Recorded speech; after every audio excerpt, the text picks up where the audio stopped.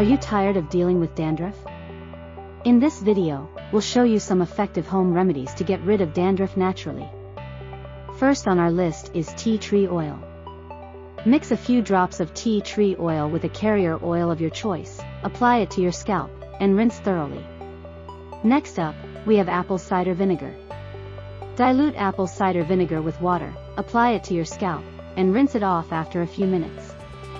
Aloe vera is another great remedy.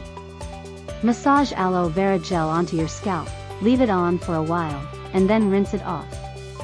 Baking soda can also help. Rub some baking soda into your wet hair, massage it in, and rinse thoroughly. Lastly, coconut oil is a fantastic remedy.